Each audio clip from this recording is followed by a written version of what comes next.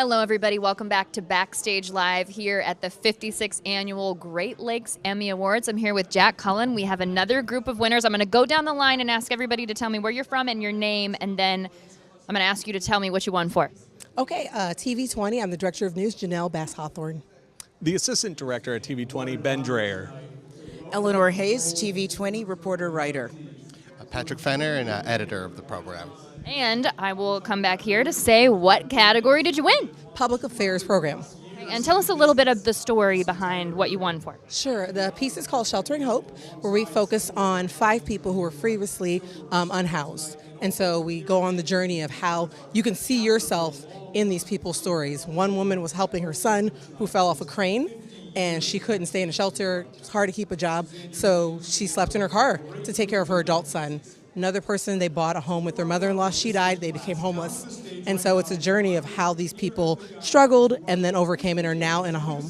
Incredible to share that story with the people. And I want to ask you, when it comes to finding these stories to tell them, give us a little peek behind the curtain. How do these stories that turn into these award-winning pieces come to you?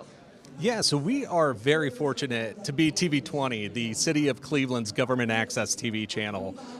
So this story, kind of happened naturally because the city is taking the efforts to help those less fortunate or those who are unhoused and help them, navigate and move forward with where they are in their lives. So currently, the city has housed over 150 unsheltered individuals. So we are very fortunate to have the opportunity to work directly with the city and tell these amazing stories.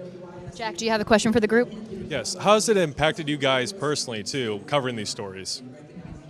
What I can say about TV20's opportunities to tell long-form stories is to let people share how they are feeling, what they're going through, and then also for us to present solutions. So that impacts us because these are the people who are our neighbors. The program's actually called A Home for Every Neighbor, so it hits home everywhere, no matter where you may live or think you might live.